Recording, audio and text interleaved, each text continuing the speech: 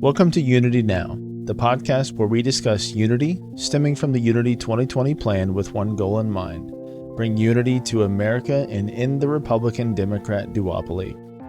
This podcast is created, produced, hosted, recorded, edited, and publicized by a wonderful team of Unity volunteers that came together from all over the country to collaborate in a completely remote environment. To provide a brief introduction to Unity, we offer this. Unity 2020 was an idea that started when Brett Weinstein announced the plan on the Joe Rogan Experience in mid-June 2020. From there, the movement was born, and since then, tens of thousands of volunteers have signed up, organized, and begun to create a groundswell of support. The plan always introduced a fail-safe so we would not be an election spoiler. This was to end the plans for the 2020 election if it was determined there was no viable path to the White House. Sadly, this became the case. In keeping our promise, this failsafe was executed and announced by Brett Weinstein. However, we believe Unity continues to be the number one antidote for what ails the country right now, and so we are pressing on with a renewed spirit. To learn more and become a volunteer, visit articlesofunity.org and check out Brett Weinstein's YouTube page and the Articles of Unity YouTube page for the weekly campfires.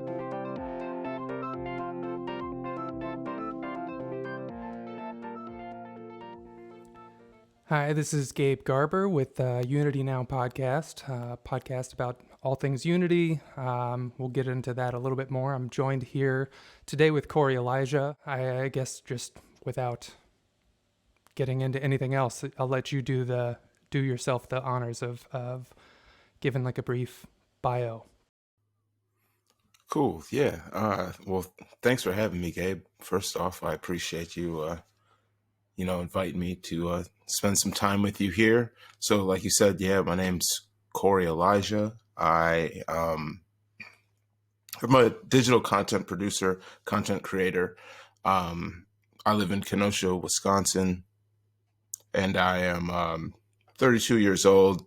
Have been creating digital media for over a decade now. And most recently, and I guess most famously, I'm known for covering the riots here in Kenosha, where I live, following the shooting of Jacob Blake, as well as some other riots that happened following even like the George Floyd protests and things like that. So, I get out in the streets, I kind of cover things. I cover different events that happen locally as well as, help promote different companies and things locally as well to kind of help bridge the gap in the community and kind of help uplift everything here where I live. So Cool. So that was actually, I don't know how much you know about the Unity movement, if you've heard anything about it at all. I actually don't know that it necessarily matters, but like one of the reasons we wanted to have you on was just because you are self-described kind of a nonpartisan, don't really belong to one party or the other, kind of your own independent thinker, just individual. So like that, I feel like in a large part kind of sums up a lot of the underlying kind of principles, fundamentals of the movement that we that generated at the end of the summer, I guess, is when it all kind of started. But just trying to bring up the spirit of working together despite differences and just understanding that we're all individuals, and instead of alienating ourselves against an entire group of people, just kind of trying to live life on the ground in real time, treating everyone around us as other human beings. And it seemed like a lot of what you were about, kind of whether or not it was officially part of any movement, I don't think it needs to be. There's a lot in alignment. So I know that was one thing that attracted us to what you were doing in Kenosha and beyond. Yeah, I would say, I mean, first off, I was familiar with the movement. Now, personally, like I say this all the time. I don't join organizations. I don't necessarily even like align myself with movements generally, honestly, because I deal with everyone on an individual basis, which ironically kind of aligns myself with the movement in a way. You know, basically everything that I stand for is what, you know, the Unity Now movement it represents as well. So I was definitely familiar with that. I've heard about it just, you know, in the ethos of the internet, and, you know, things that are going on, being like a podcaster and podcast listener. You hear about all different types of ideologies and things like that. So I definitely was familiar, and it definitely was something that I was familiar with. Even when you reached out to me, I was like, oh yeah, I know what this is all about. And it's definitely something that I would love to come on and, you know, have a discussion with this group of people about. So yeah, I deal with everyone as an individual. I would hope everyone would deal with me as an individual. I feel like more than likely my upbringing is the reason why I kind of developed the way that I did. Also, my personality, I kind of, you know, I tend to think a lot. So I'm always over analyzing everything that's going on. And also, like, I try to be a nice and genuine person, and I try to do the thing that they taught me when I was a kid: treat others how you want to be treated. So just kind of rolling all of that into it has kind of made me the person that I am, and makes me kind of approach things the way that I do. And I feel like if more people approached life this way, and approached other people this way, things would actually things would work out a lot more than they tend to do. You know, people they get stuck in their ideologies. They're not flexible. They're not open to hearing new information, or even if they do hear information, they, you know, typically they just throw it out the window because it clashes with what they've been programmed or indoctrinated into believing their entire lives. So I feel like, you know, the movement is something that needs to be highlighted more, or even just these ideals. And let's not even say the movement, but these ideals need to be highlighted more and kind of brought to people's attention, because they make sense at the end of the day. It's like, why would you want to argue with people when you can kind of just recognize that, hey, we may not agree on this, but there's other things that we can use to kind of help push humanity forward, or at least to, you know, help people around us survive, you know, and eat. Yeah, definitely. I feel like life just in general kind of feels like a big mystery that we're all chipping away at, and other people's perspectives kind of have the potential to uncover something that my perspective wouldn't see. So I'm totally with you on that. And yeah, it's something weird about a movement that's not necessary. I mean, in a certain sense, we have to like look for people to join, but ultimately, and especially now after the election, after all of that, kind of those hopes shifted from a short-term goal to now a longer-term thing. We're moving away from, we're having to find a way to have it less about recruitment and more of just trying to highlight what we see out in the world, examples of these ideals that you're talking about. And I think that was something that was so refreshing about your story, is that it finally got some light, and it finally got some coverage, and as a shining example of just that. I mean, I don't know, maybe it's a little bit pessimistic or cynical, but like I would hope that there would be a lot more of that. But having your story kind of blossom out of all of such like madness and chaos, it's kind of a nice breath of fresh air. Yeah, and it goes back to, you know, people's outlook on everything, even the power structure. You know, people don't realize how much power that we really have. It was the people that brought me out. It wasn't the media that, you know, like, yes, I happened to end up on CNN, but that was because the people had already brought me up, you know? And like, in a way, like we have the power to literally change anything that we would like to, like, literally, because people liked what I was doing. They helped shift my career in a way that I was working on, but they were like, you know what, we're really going to help you. We like what you're doing. We're going to help you succeed with this. And we have the power to do that with anything that we want to manifest, anything that we want to do, as long as all of the people work together and my case, and I try not to talk about myself because it feels weird to kind of just ramble about myself. But I feel like it's an interesting case just based off of everything that's going on. Me being, a black man or an African American or whatever, however you would like to label it, man, in America, living in what some people would say one of the most segregated or even racist states, especially if you're talking about northern states or Midwestern states, and having the population of people there that is, mainly, white people, we'll say, or Caucasian or whatever, backing me and liking what I'm doing and liking my work and supporting my work from all different aspects and of life, all different political backgrounds and ideologies, all just kind of working together to say, hey, we want to know what's happening. This person's helping us know what's happening. He's doing it in a manner that we all like. We're gonna help push that to the forefront. And even when the media was trying to kind of push back and kind of discredit some of the things that were going on with a lot of the live streamers, the people were like, no, we're not even going to listen to that. They tuned out to that, and they just directed their attention to the people that were on the ground. And that power, it just highlights, we can do anything that we want. Narratives were shifted, they were changed. The real facts were kind of brought out and highlighted, or at least brought to the table, where now they can be looked at, where they can't just be tucked away. So the people are kind of getting what they want just by working with each other. So if we can do that with every aspect of life, not just when, things are going bad, but when things are going good, or we need to take care of things with whatever the environment or whatever it may be, just all looking at it from a point where, okay, we're all here.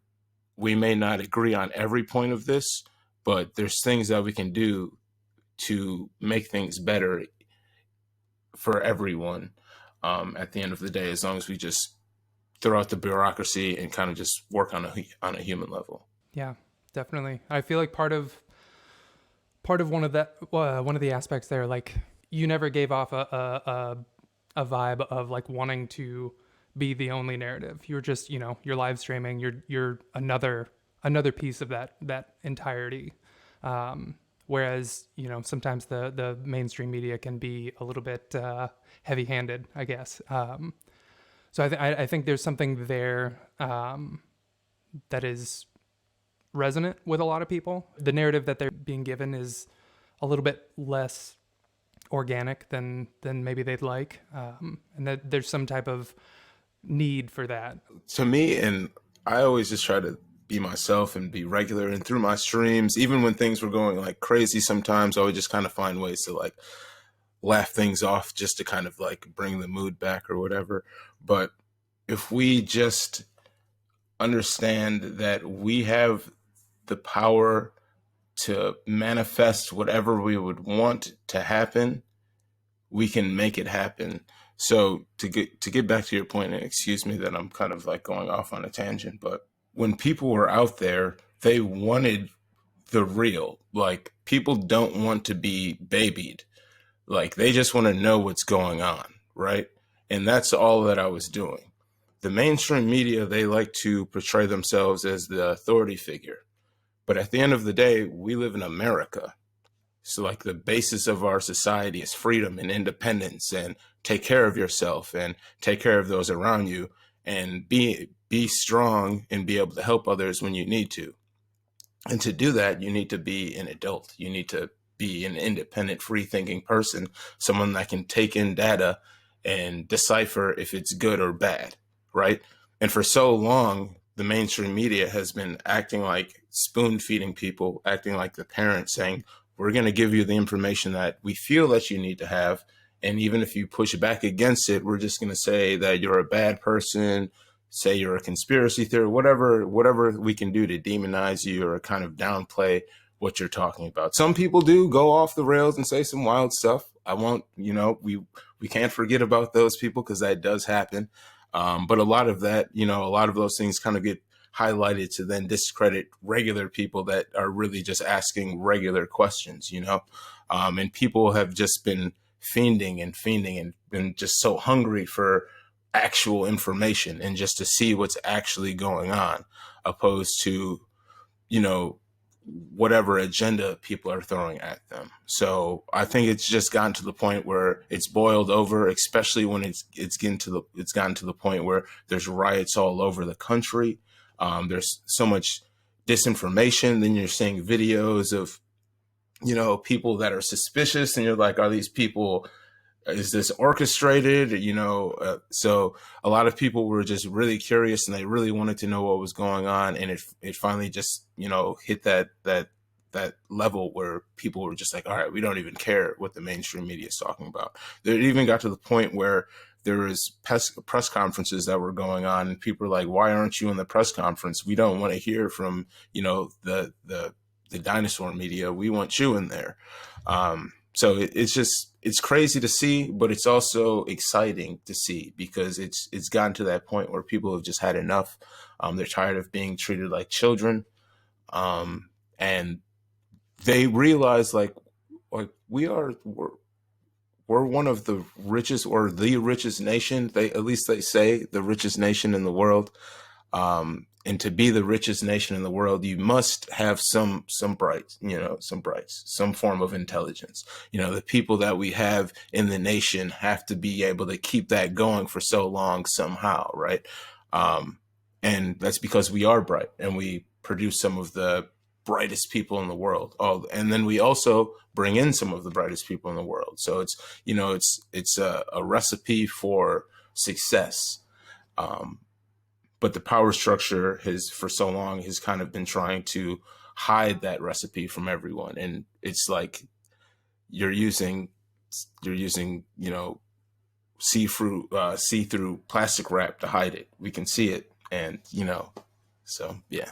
Yeah. I like the point of you know, just again, bringing up the idea of the melting pot. And I think even that goes to the point of just our approach to that, when faced with, you know, we are a nation of incredible diversity, and there is a lot to be tapped into there.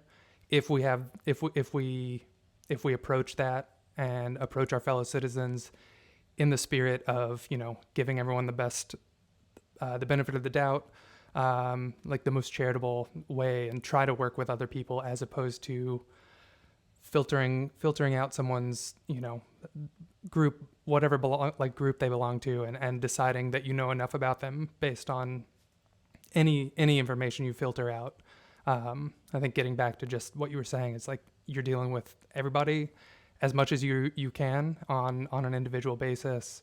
And I mean, that is daunting, because it, you know, there's shortcuts that we can create for ourselves.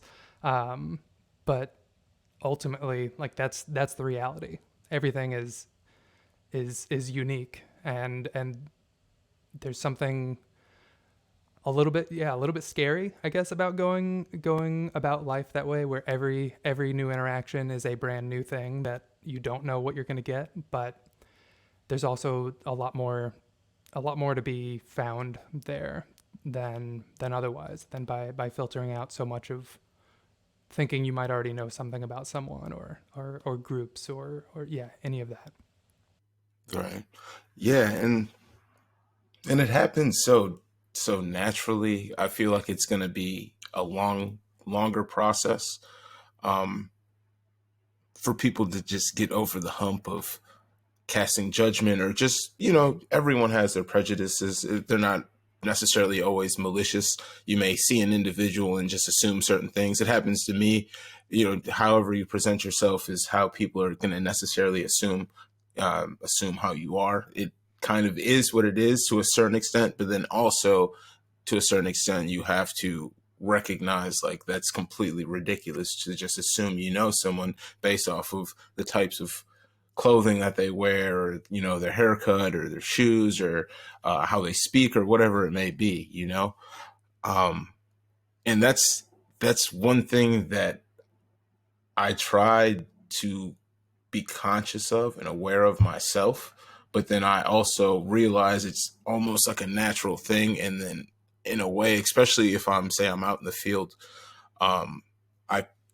kind of can utilize that in a way too, as you you know, it's, and there's been so many like blatant occurrences of it, right? So I'll just use an example. So I am clearly a black person, right? I'm clearly black. There's nothing that I could do to hide that from anyone. I mean, I suppose I could if I was extreme, but so that's me. So throughout all of the protests when I'm out, documenting everything, I don't wear press gear or anything. There was one night that I wore a press vest and I ended up just taking it off because that was like the one time where, someone got aggravated with me. Well, not the one time, there was other times, but like specifically because of that. But there was several times where I'm just like, I'm out and I'm filming. I have a gimbal, so it's, so I'm like, clearly I have equipment and stuff. And then there's other people that aren't black. We could say, we'll just say they are white people that are out filming, doing the exact same thing. Sometimes even right next to me, standing directly next to me. And people that were protesters would approach them, screaming at them, telling them not to film, not to record, and then look at me, make eye contact with me, say nothing, and just walk off or continue to berate the white person. Not knowing me at all, not knowing why I'm there, what my agenda may be, if I'm with them or against them or whatever it may be. It's just because I'm black, it's okay for me to do it. And, given the circumstances, I took advantage of that because why, like, that's what you're there to do. Yeah. That's how the world works. It is what it is. But it's just to me, I was just like, wow, that's pretty, I would say hilarious, but it's not funny, but it's like so blatant. It's like, oh, like that was clearly racism. And we're here, people are talking about we need unity and, togetherness. And it's just, it kind of just shows how ironic and how indoctrinated and how much people are being followers when they don't necessarily need to be. And we need to have these conversations about individualism to get people to realize, like, hey, stop just listening to what people are saying because they're having you do ridiculous things. And now you're out here on camera being ridiculous. And it's not my fault that you did it. It's your fault that you did it, but it's also kind of sad because you don't understand. And there's been times where I tried to like talk to people and let people know, like, hey, like I understand this, but optics is like, it's 2020. Optics is like the most important thing. Whatever, no matter what you do, however things are worded or you present things, that's how it's going to be received by the masses on the internet. And I mean, it's up to you, whatever you do or say. And I tell this to everyone. I've told this to the sheriff. I've told this to regular people, different protesters, all different types of people. And that's because it just seems like people always seem to forget, like, hey, there's the internet and you're on camera. One of the other reasons I was excited to talk to you, but I feel like backgrounds we have several things in common, it seems like, and I don't know, political homelessness, that's how I like to refer to it, or yeah, not just kind of being unrepresented by what we have on offer. We're both Midwestern backgrounds. I think that probably also, hearing some of what you're saying, speaks a lot to how I kind of view things, and it just, in a way, feel a little bit, maybe not left out, but just like everything's already happening, and we just have a kind of an overlooked mentality, like the flyover states kind of a mentality where there's this whole chunk of people in the middle of the country that the coastals don't seem to care too much about. And then I feel like there was something else, but yeah, I was going to ask, like, how much of the culture of the Midwest, like, do you think factors into your worldview, or like, yeah? Quite a bit, more than likely. I mean, I've always lived in the Midwest. I've always lived in Wisconsin. So it's really the only worldview that I really know, other than, I suppose, internet culture, because, I mean, people, I feel like people are like not seeing that it's like a whole like subculture or a whole like part of your life. And even like people in different countries sound like people on the internet. But other than that, yeah, I mean, it's really my entire upbringing. But then also, you know, the time that I grew up, I was born in 88, so I'm 32. So I grew up in the 90s. Um, I was adopted by my grandmother. Um, my grandmother, she was in a same-sex relationship. It was also an interracial relationship. We were also the first Black family to live in the neighborhood that I grew up in on the north side of Kenosha. So that was like a whole thing. I didn't really have any Black friends until I went to middle school. And there was like a whole like rift when I went to middle school because all of my friends carried over were white. And then there was like a rift, like, why do you, you know, like the whole you're not Black thing happens. And then, you know, I go to high school and then things change because now I'm older and I'm Black. And then things with like police and stuff happen. And it's just like, oh man, you know, so I've had an interesting upbringing, but I feel like that's why I'm so fluid with my, you know, with my stances. And I don't really cast judgment because I've seen all different types of, you know, all different walks of life, all different types of people. I've been treated good by all different types of people, treated bad by, you know, types of people. Like my grandmother, one of her best friends when I was growing up was a detective. He wanted me to be a police officer. He was like really like trying to get me to be a cop, which I was actually kind of planning on doing at one point in my life. But then something else happens in my life. Another life experience with the police kind of made me, you know, throw that all away or whatever and not even ever look back at doing something like that. But, you know, it's just different life experiences being here have kind of cultivated me into the person that I am. We're of an age as well. I'm 34, so I was 86, and had a little bit of. I grew up a little bit in Texas, but for the most part, grew up in Indiana, and am now in Ohio. But yeah, so I there's a sense here that my girlfriend's from the East Coast and was a little bit kind of taken aback, just with some of the voting, the trends here. I think coming from a place that's just historically or just, you know, reliably voting Democrat, coming to a place that's much more split down the middle, was just kind of a culture shock. And I think for me, like, that's always been kind of there. It's just been something that's more familiar. And I would imagine Wisconsin's kind of in that. It's always been one of the key states that's flipping back and forth one way or the other. So it's obviously that speaks to a lot of fluidity or kind of balance. So the interactions on a day-to-day basis are you're more likely to be running across a diverse set of people. Oh yeah, you're definitely gonna you're gonna see people with suits or people covered in, you know, cow poop, man. Like literally it could be in the same place. It could be the grocery store. You could go to the phone store and you'll see all different types of people there. Unlike in the city, you'll probably never see someone covered in cow poop ever, you know?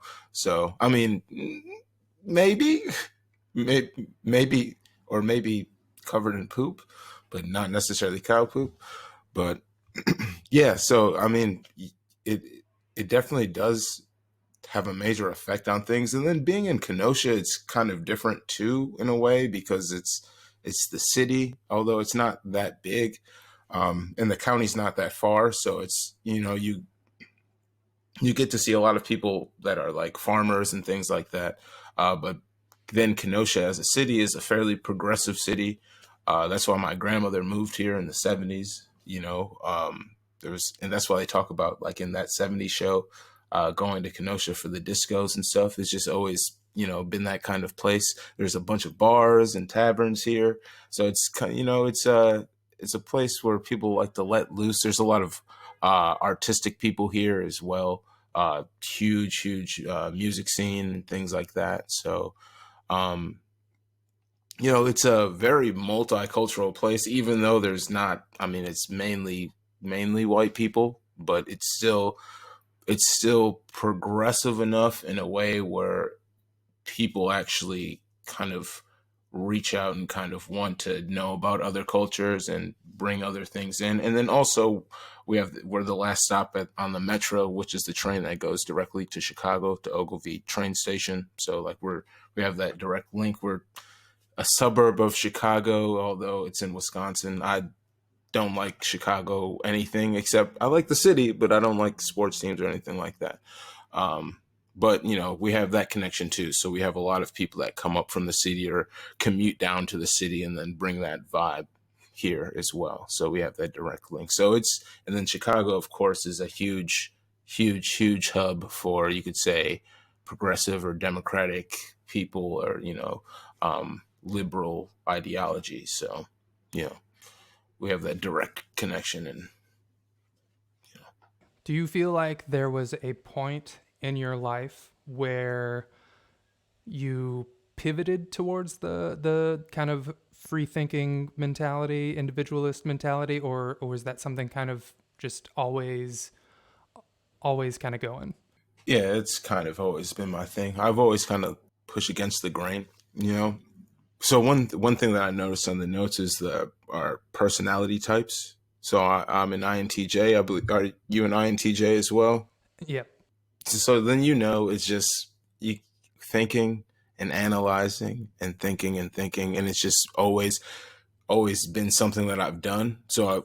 And then also dealing with people on an individual basis just because of different life experiences, not knowing how certain people would react to you and things like that. So I was always kind of apprehensive when dealing with people. And then being an INTJ, kind of quiet at times and kind of just soaking it all in.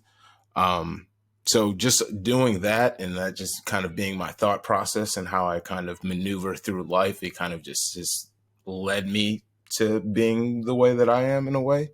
For a long time, I didn't know my personality type. So I kind of not necessarily clinging for, a home in a way, but kind of wanting to know like where do I line up?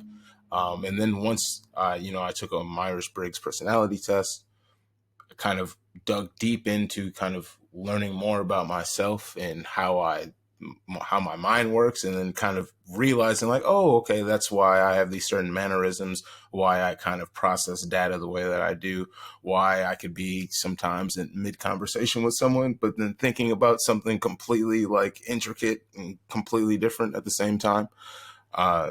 So after realizing that, I was like, oh, okay, I understand. And then from that point, I kind of was just taking in data and just analyzing data and just kind of making independent decisions based on how I felt about each thing, opposed to trying to figure out where I line up or trying to pick a side or, that ridiculous thing that's pointless because you're just going to end up saying stuff that other people want you to say. Yeah. I feel like the without doing the proper like practice of self-awareness, or just that is a practice that takes time, and without doing enough of that, yeah, it's very easy to just react to things without necessarily understanding where that's coming from.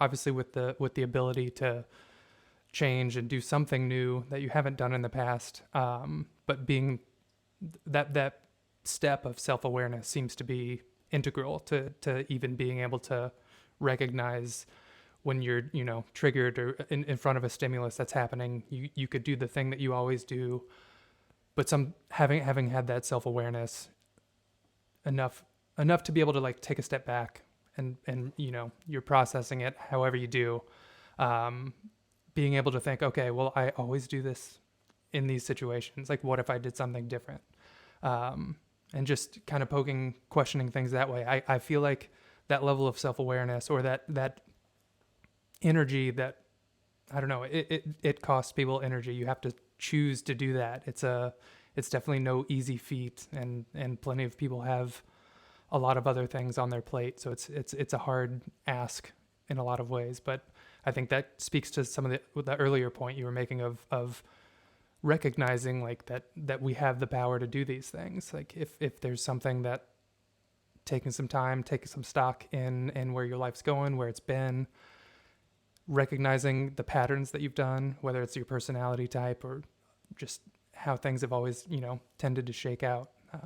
Recognizing those patterns helps, and especially if there's ever, a chance to divert course and kind of move in a new direction, or just try something else out in the face of something that you normally just habitually respond to. It could mean a whole world of difference to the trajectory of the path that you're going.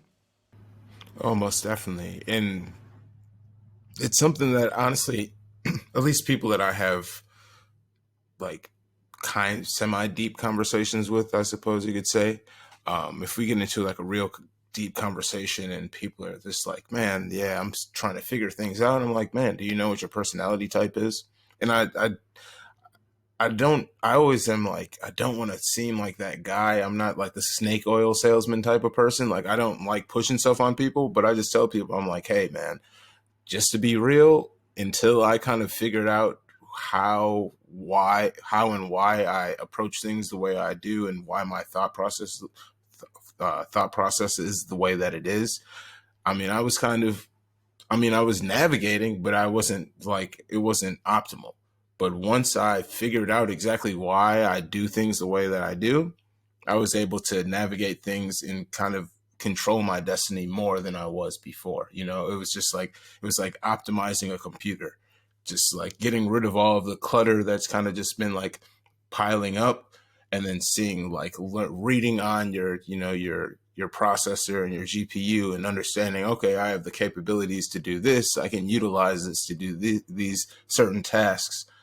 All right, perfect. Let me just kind of zero in on that, fine tune these, and then I'll be able to navigate at least with my strengths, exercise and worked out, So, and I mean, the people that I've talked to, like my brother and stuff, he was like, man, thanks for telling me about that. And it's just like, I don't know. And it kind of goes back to being, taking your destiny in your own hands and, being an individual and recognizing yourself as an individual and just like knowing your strengths and just being the best you that you can possibly be, and that takes time. It takes effort. It takes, you to study at times, not necessarily with books or even just meditation, and just fine tuning yourself so you can be the best person, so you can go out in the world and you can have real conversations.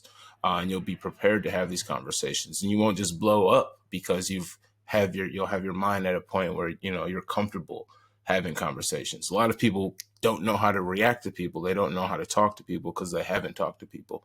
And you see them fighting with people and all of this over ideologies that aren't even necessarily their own because they haven't thought about anything at all. So. Yeah, that I kind of draw a parallel with like the purity of some of the ideological dogma. I don't want to like, no other word really works on it, but yeah, like sticking on script or holding onto that same narrative. There's like a purity test involved, and I kind of draw a parallel with that and having this idea of perfection. And a lot of times, if you're not perfect, or the idea that that is the thing that holds people back from even trying, and so there's a lot of that with interacting with other people. There's this fear of, not being the perfect thing. And so they either don't do it at all, or they go in and have this like panic mode of like, if I can't be perfect, what am I going to do? And there's something about abandoning that, recognizing it as an ideal, but just striving for being the best you that you can be. I joke with a lot of friends of like, I'm trying to be the gayest Gabe I know. Like, it's just, it takes a lot of time to learn about yourself, but also a lot of work in putting that in practice, knowing that it's not going to be pure at any point in time, really. It's all steps in a process. Definitely. And it might be kind of selfish to say this, I suppose, as an INTJ, because I'm completely fine being by myself to take time to work on myself. So I know, like, I could, I understand it could be more of a struggle for some people, especially more extroverted people, that need to feed off of other people's energy. But even with that, I mean, you could find a circle of people that are the same, or not even necessarily the same, but that can complement your needs and stuff like that. Introverted friends are definitely good friends to have when you're extroverted, because they want to be your friend, but they can give you that space, So Yeah.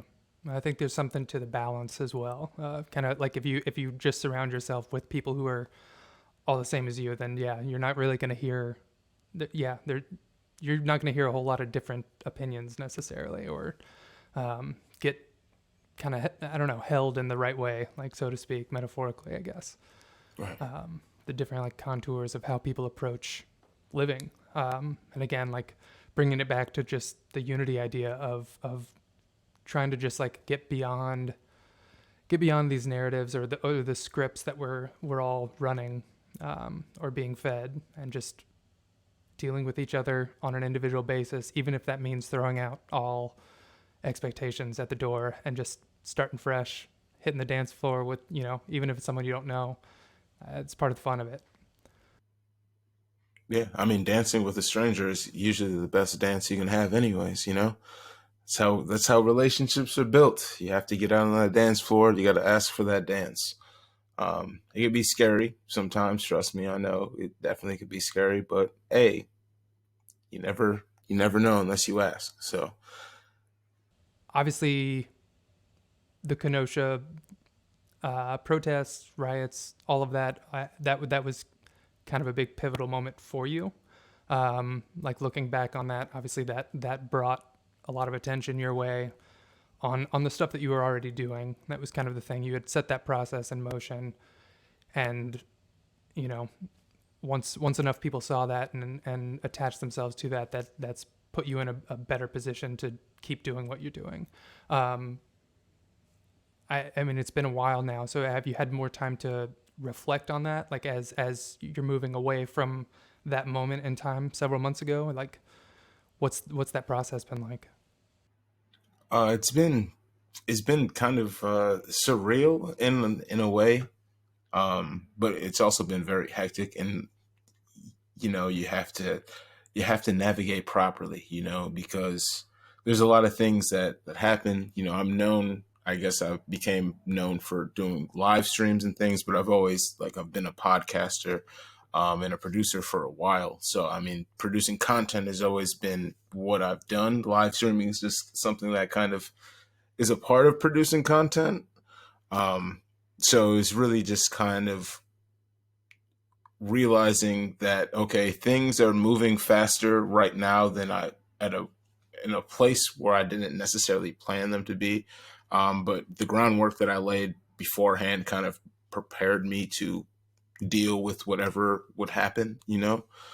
So really, just I've been just trying to navigate that, to make sure that I don't kind of end up in a situation that I don't want myself to be in, because that's not what life is about. It's about manifesting your own destiny. Even though when things are presented to you, you can take them and utilize them, but you have to still hold down the reins. So there's been a lot of that happening. Um, Given some speeches, which is something I didn't think was ever going to happen. A lot of different collaborations that I've been doing with some local businesses as well. Really trying to help highlight their businesses. Especially, I've been getting a lot of attention. A lot of people have been reaching out to me. A lot of people have been, donating things to me and helping me out. So I wanted to make a point to make sure that I help out, especially businesses that were affected by, some of the damages, and others that have just been taking a hit because of COVID and things like that as well. So I've been doing a lot of that. Even like some cool, like funny, like collaborations with a gas station here locally. That's a pretty famously known gas station, Lou Perini's. They did like a combo, a Koerri combo for me, which was kind of cool. So, just kind of dealing with being, I guess people call me a local celebrity. I still call myself just a regular guy, but at a certain point, I do have to like make sure people don't know where I live and stuff. So it's been different. It's been cool. But there's a lot of things that I have in the works as well that I think are going to be really cool, especially for the area. I think Wisconsin, but even the Midwest in general is kind of an underserved area of the country, or maybe a not necessarily underserved, but a diamond in the rough that people don't necessarily realize, just with our connections to major cities and then scenery and things like that. And me being a content creator and being in media, I want to continue to build on that. So I'm working on a few different partnerships to help kind of um, bring things here a little bit more, to highlight things here with media. And then eventually, hopefully, I'd like to continue to work with some of the people that I've been meeting, some of the politicians and things, to help see if maybe we can, help uplift media here, almost in the way of is like you see in like Louisiana and other parts of the country with the film industry and things like that, to help keep people that live here.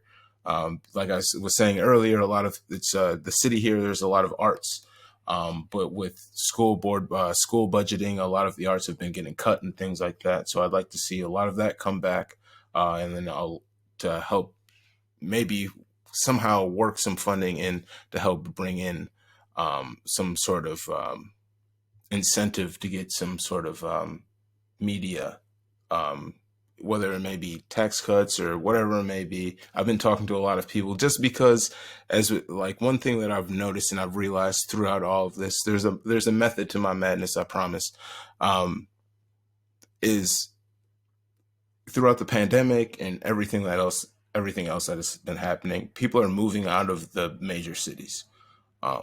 People, like, they don't necessarily feel safe there, I guess, or they just realize, like, hey, why am I spending so much money to live here when literally I can do everything remotely with the internet? Because I mean, we're shifting into 5G. Things are going to be, within the next couple of years. There's no reason to live in the city unless, that's you have no choice but to live there. So seeing that shift, already being in a place that's kind of rural, noticing that it's happening. It's already, happened successfully in places like Louisiana, and in Georgia. We could do the same thing here, and every, city can have like a hub of creativity, because we're like bringing it back to the whole concept of unity. We're at the point now, honestly, if we really fine tune things to the point where we weren't wasting so much, whether it be energy or capital, we could really fine tune the nation to really work for everyone, where creatives could be funded just off of the energy that everyone else is putting out, or the energy that they're putting out as well. Andrew Yang talks a lot about like automation. It's, anyone with foresight, you can clearly, or anyone that follows the new iPhone every year, could probably realize like automation is going to be a thing that is going to be here very, very fast with these neural networks that they have in these, 5 nanometer chips that they're rolling out in cell phones now rolling out in computers with neural networks. So, this stuff is here now. It's only going to get smarter and smarter. It doesn't really, take much now to mass produce electronics or robotics now, to a certain degree. So, at a certain point, things are going to be working and they're not going to be us. So we have to put in place now things that are going to continue to help humanity thrive, which is going to be, the arts. So I want to kind of zero in on that and kind of make sure that we have that established, so we don't have a bunch of depressed people that want to do things, because drugs and suicide and all of that that's real. So Yeah. let's do it before it's too late. So Those other options are infinite. Yeah. There's plenty. Yeah. Plenty of destructive activities that are available. If we're not careful about it. And I feel like it is just, it's not really a matter of if, but when. And once you know that's on the table, doing anything other than having a conversation about it with the goal of how do we make this work for not just our party or the other party. It's how do we make this work for everyone? Um, that's where, yeah, the strength of a unity ideal really comes in, and part of that is just you alluded to. I mean, I think we both are on the same page in terms of just like a maybe not even a distrust, but just like a questioning of the media, the narratives that are being told, because it's so incomplete, so spoon fed. But just knowing that we have to be able to be a part of that sense making apparatus moving forward, where we all need to be worked in, and have the opportunity to be a part of it, whatever that looks like, and hopefully find creative ways that everyone has access to, moving forward. And that's that's an uphill battle, especially when the conversations seem to be, my team wants this, so therefore everyone else on the other team is against it from the start, even if it's beneficial to them. That's kind of maddening. Yeah, that's one of the things, like even in Wisconsin, one of the things that we're kind of dealing with here. I mean, I'm not like a huge, I mean, I'm a huge advocate for freedom. I'll say that. But so all of the states surrounding Wisconsin now have at least medicinal, if not recreational marijuana. So I recently had an interview with both of the candidates that were running for state assembly in my district, just before the election. So, we could put out, everyone's, both of their points of views. I asked them both similar questions on, similar topics. Marijuana was one of them, which was brought up to me by one of the candidates. That's why I asked the question to both of them. Personally, I wasn't going to ask it because I didn't want them to be like, oh yeah, it's of course he's asking me about weed. But I was like, all right, well, since you want me to, I'll do it for sure. But what I've learned from there is that it's just been a lot of, at least allegedly, partisan bureaucracy, where people on the right allegedly won't even come to the table. That's just what was told to me. I mean, I'd have to do further research, honestly, to say if that's true or not. But that's basically what was told to me. They have no real explanation. They're just like, they don't even want to talk about it. They're just not going to even come to the table about it. And it's one of those things where it's like, how is partisanship this bad when we had a referendum in 2018 where they put it on the ballot, on the local ballot, to ask all of the citizens how they felt about it, and 85% of the citizens said they would be for full recreational. 85%. And now they won't even come to the table to have the conversation when you put out the referendum, and it's just one of the things where people are realizing, like, okay, well, if I wasn't able to highlight that part of the conversation, and no one would have known about it, because these people literally they're not talking to anyone. The mainstream media wasn't coming to have these conversations with them. They didn't set up a debate. And these are people that would put the legislation in motion. So, but the whole time we're hearing about the president, but they're not highlighting the real people. And people, there's just, like you're saying, there's like, it's not even that regular, or not, it's not that regular media doesn't want to highlight us or they don't want to work with us. They realize, like, we're here now and they're mad about it. So that's why they don't talk about it, because literally I get invited to press conferences now. I'm literally just a dude. I'm live streaming with my cell phone with a microphone, and they're all looking at me. And then, like, the people love me and they don't love them and they hate it. And you can literally see it. And I know I'm probably sounding like that guy right now, but I'm only doing this to let people know that the mainstream media, it's a facade. We don't even need to ask for a seat at the table, because if people show up to where they are and are covering the same thing, they will watch you over them. So it's not even, it's not even a thing anymore. We just need people to put themselves in the position to be there. Yeah.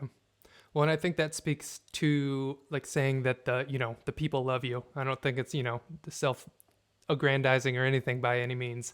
I think that speaks to a very real sense felt by a lot of people that the mainstream media, a lot of this isn't serving them. And I don't know if that's, yeah, I don't even need to, want to isolate that to any geographical region or anything. I feel like that's something I feel here in the Midwest, that kind of like you were saying, underserved earlier by the media, but just kind of it sometimes just feels ignored, or yeah, like we're treated like kids in a lot of ways. And being able to see that, or as you come to realize that, or just see the examples of it, it can feel, yeah, like a slap in the face. And so that I think there is, with the looming automation crisis, whenever that happens, not again, like not if, when, that might be, that's something people are thinking about. That's something, everyone's concerned about their future, however that is, whatever type of people those are. Everyone, I think, shares that. They have a concern for what comes next. And what we're finding that we're being fed is not something that seems to be taking our lives into consideration in the decision-making process. So I think there's, I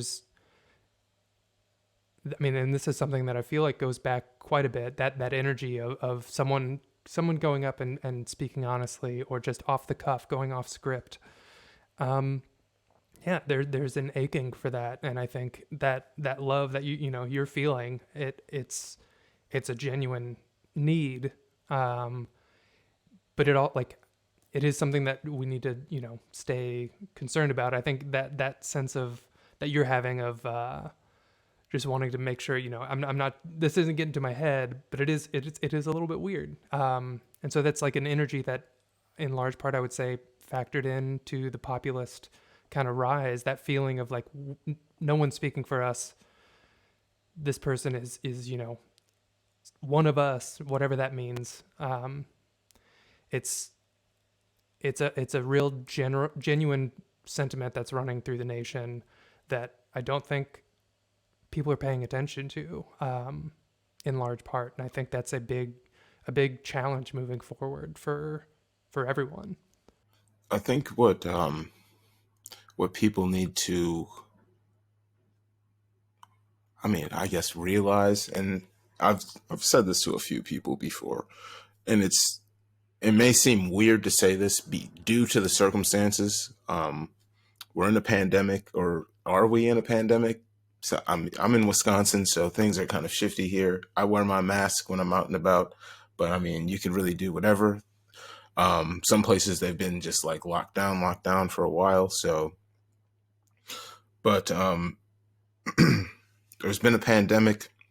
There's been race riots. I always feel weird calling them race riots because it's always been all different backgrounds that have been involved in it, but we'll call them race riots, I suppose, since that's what they want us to call them. I'll give you that one, mainstream media. So all of this has been happening. All of this crazy stuff has been going on, right? But through it all, yes, there's been a lot of downturns and downshifts for people. But through it all, there has been a reshaping of society that's been going on. I've been calling it a renaissance because in a way, it legitimately is a renaissance. Right now, people have the awareness and are aware enough to realize, like, hey, what the system has been feeding me is complete garbage. They told me everything was going to be okay and they would take care of us.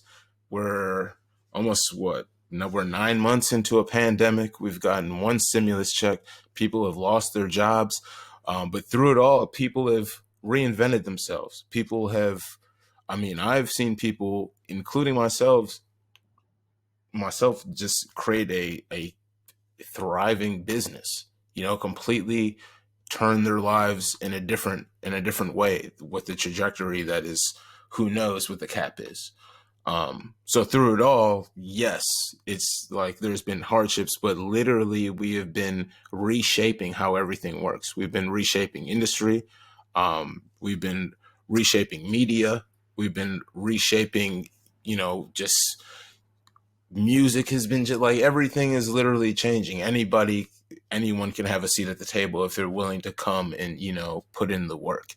Um, so as long as people realize like that's what's happening right now, and regardless of what you want to do, right now is the time to do it, because it's the internet age. If this wasn't the internet age, then we should all be crying right now. But it literally is the internet age. There's tons of ways to market yourself for whatever you're trying to do, whatever you're good at, whatever your talent may be. Now is the time to start, honing in on those skills and trying to figure out a way to, even if it's not necessarily to make income off of it, but to highlight your talent so people are aware of them. So when it comes time when those talents are needed, people will know where to find them. That's the age that we're moving into. With automation, like you were saying, like that's an inevitable thing that's going to happen. We don't know when it's going to happen. So people have to be prepared for that rollout. And right now is the time to make the shift, to realize life is going to be completely different. We're figuring out what it is. Don't let them figure it out what it is for you. Figure it out for yourself. So. Yeah. I think I mentioned earlier, it's like that's not necessarily an easy thing, but it is something that everyone right this second has access to, It's the gold rush. Yeah. It's not going to work out for everyone, but you have the opportunity if you take the risk. It's there. Mm-hmm. The risk is there for you to take. Yeah, definitely. And having everything kind of turned upside down or just utter chaos is generally the best time to kind of create something new or lean into that shift. Hopefully for the better. And I think the self-awareness piece that it sounds like you spend a lot of time doing, I feel I do similarly. It's something that's just like the unknown is always out there. It's always coming, and we can stay attached to whatever narrative we have going on, but as soon as that narrative shifts away from what's going on right now in this moment, it doesn't serve me, and it's hard to let go of that and root yourself in the present moment. And right now that's a lockdown, a lot of remote work, a lot of other things, a lot of time on our hands. And that can manifest in a lot of different ways. But again, like focusing on just becoming the better person or the best version of yourself that you want to be, with all the imperfections along the way, I think is a huge part to it. And just, I'm hopeful that people doing that more will unlock something in them that recognizes that potential in any person that they interact with. I'm hopefully that'll lead to better interactions or more just open, less predefined kind of interactions, collaborations of all the different natures. Yeah, definitely. I think it will. Like I said, I've been seeing it firsthand. I've been seeing like some wild connections and collaborations going on with people from all different levels. Like a buddy of mine now is like tapped in well with Mark Ruffalo, just like randomly, and has helped. And in a way, it's helped him, create his new media operation that just from stepping down from we'll say the local mainstream media, he was able to kind of bounce back, garner support, gain unbelievable connections, and use that to rebuild and move forward and have his own destiny in his own hands, and it's like you were saying, like there's always going to be that darkness. You don't know what's going to happen. But as long as you have an understanding of yourself and your abilities, you'll be able to work through it. I'm not going to say it's going to be okay, because it might not be okay. And I don't want to, like I said, I'm not a snake oil salesman. So I'm not going to be like, it's going to be rainbows and butterflies if you just pull yourself up by your bootstraps, right? But if you just put in the work, at least if it does work out, it'll feel really, really good, because you're like, yes, that's the work that I put in. I deserve everything that happened. And if it didn't, hey, you put in the work, you tried. It's not like you weren't trying. And if it doesn't work out, keep on going. The grind continues. Or if you feel like you've been grinding too long and it's time to make a shift, then make that shift. Just make sure it's planned out. You have all your ducks in a row, and you do it consciously, not, just willy nilly. Definitely. Well, I want to be respectful of your time. I totally appreciate you taking the time to talk with us. Before we go, so do you want to do like a call down of all of your projects and where people can find you? Word. Do you want to do that? Yeah, sure. Yeah, I can definitely do that. I love doing that. So thank you, first off, for having me. I definitely appreciated, you taking out some time to talk with me. This is a super cool conversation. I definitely appreciate everything that you guys represent here. So that's amazing. If you want to find me, my name is Koerri Elijah. Again, you can find me across the board on social media at Koerri Elijah. That's Koerri spelled Koerri. Literally, if you just put that in, you'll find me. I think like the only one in the world with that spelling. So that's me. I have a podcast called Oh Word with Koerri Elijah. You can find that wherever, you listen to podcasts.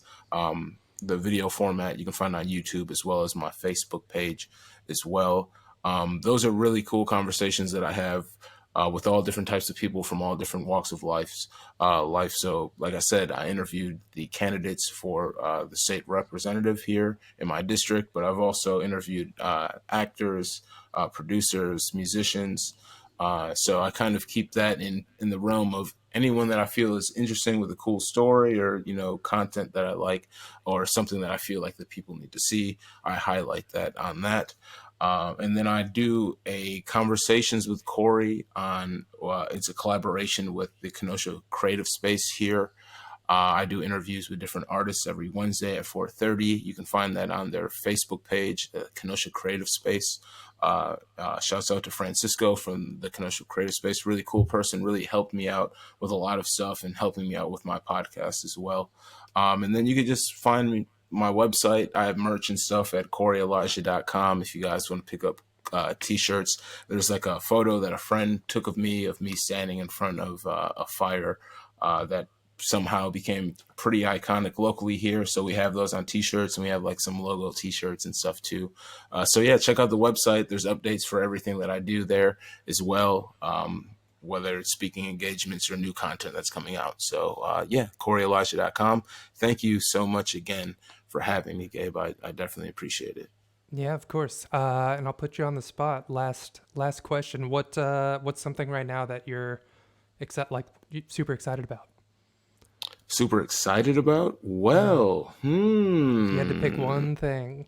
One thing that I'm super excited about. Absolutely nothing. My son's birthday, I suppose, would be the next thing that's super exciting. That's in December Nice. 17th. How Yeah, old other will than he that, be? I mean, I can't think of it. There's nothing really that's recent that's coming up. Oh man, sleep. I'm excited about some sleep. I have a few days in my schedule that I don't have anything to do, so that's pretty cool.